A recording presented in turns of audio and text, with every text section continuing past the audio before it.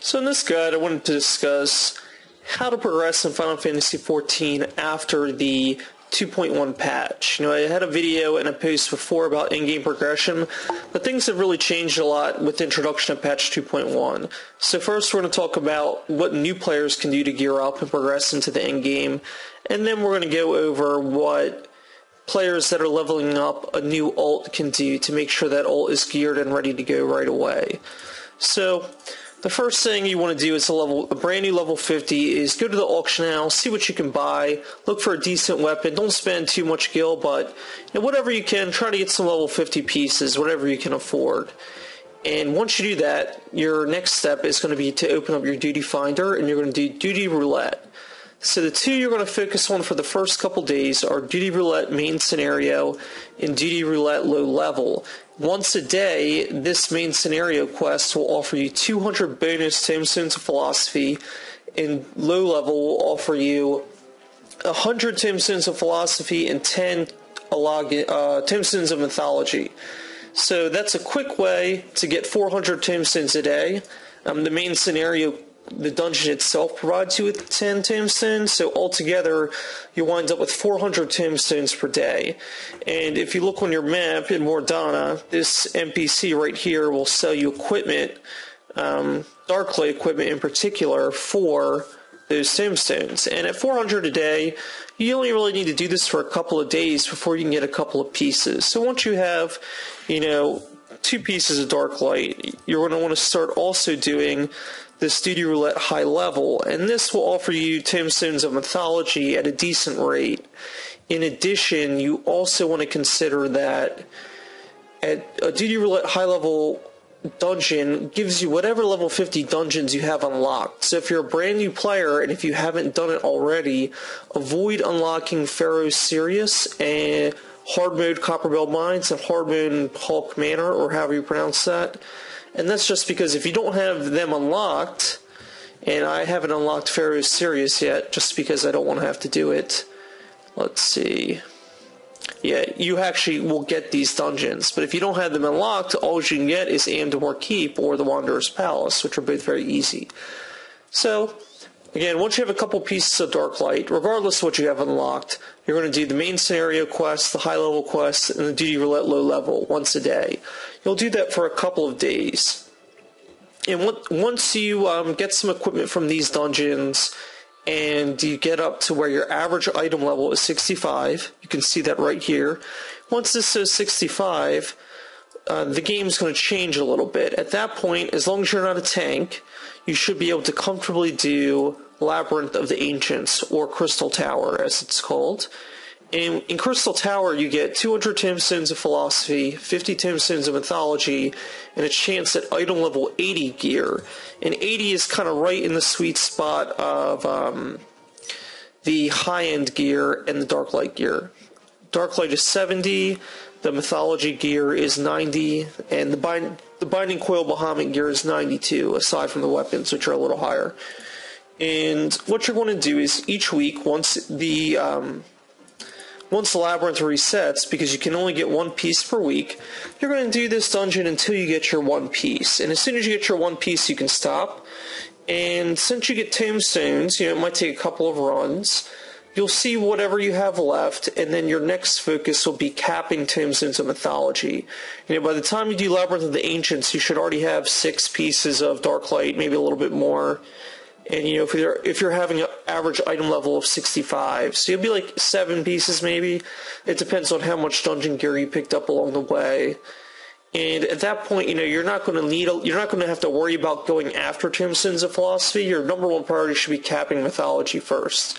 So get your piece from Crystal Tower, cap your mythology tombstones. Then, if you want extra credit, do Wanderer's Palace or Amdamor Keep for more tombstones.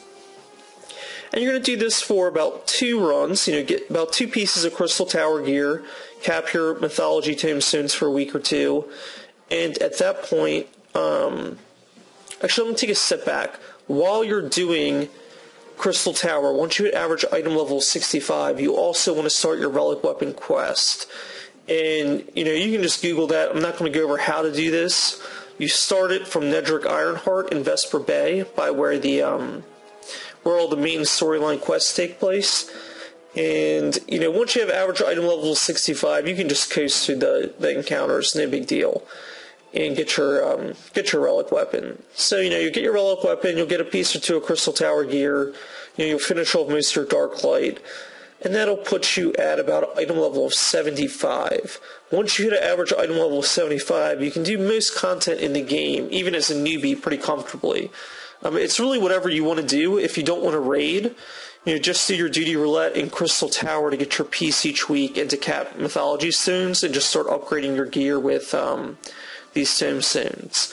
And if you do want to raid, you know, you can do the Binding Coil of Bahamut.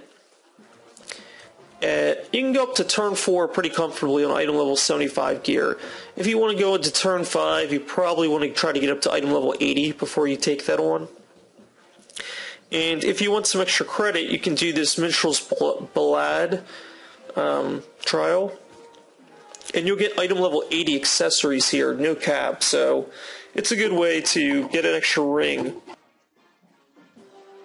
just to move your, you know, average item level gear up. And again, that's only if you really want to, you don't have to. And then you're going to do that for another week or two, and that will push you up to about item level 80 plus. Once you get up to 80 plus, you can do anything you want in the game. You know, one option is to farm this Howling Eye Extreme for the ring.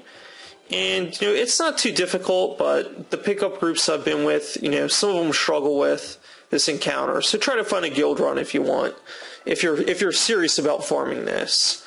And, you know, watch the YouTube guides before you go in. It's not too difficult of a fight, but, you know, if your tank can't step the one ability and gets one-shotted every time, then you're going to be in trouble, which happened in the group I was in the other day.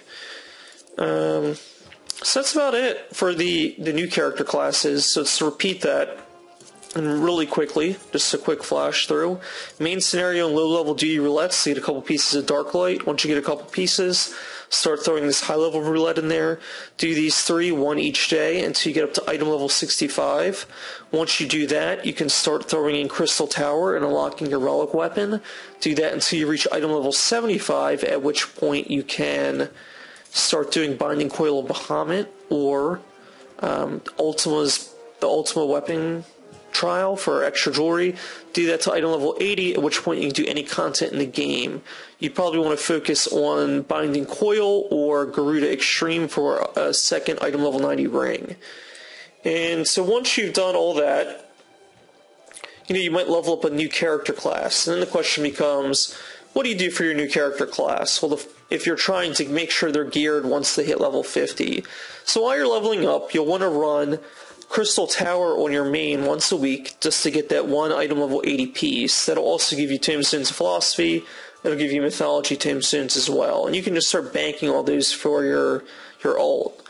You can also, if you want a weapon, you can do the Moggle Mog quest, the trial, which drops item level 75 weapons, or just Garuda hard mode for the item level 70 weapons. Either way, that can help you put off getting your relic weapon for quite some time, so you can just focus on Dark Light gear.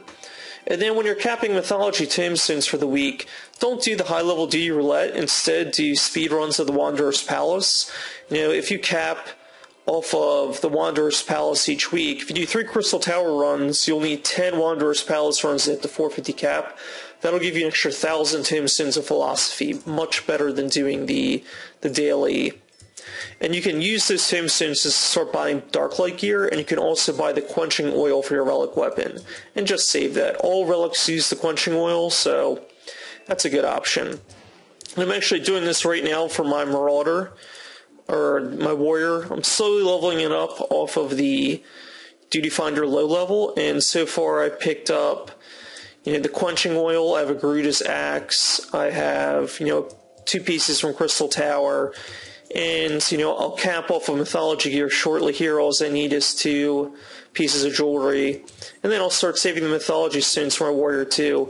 By the time I hit 50 on that, just doing one run, probably 5 times a week, the low-level run, get about a level each time you run it. You know, I'll probably have item level 75 or so, probably have a full Dark Light set, 3 pieces of Crystal Tower gear, and, you know, 1 or 2 pieces of Mythology gear. So it's a good strategy. It's pretty easy to gear up now. Just make good use of Crystal Tower and your dailies, and gearing out a new class in Final Fantasy XIV is pretty easy. So hope this video was helpful for you, and subscribe for more.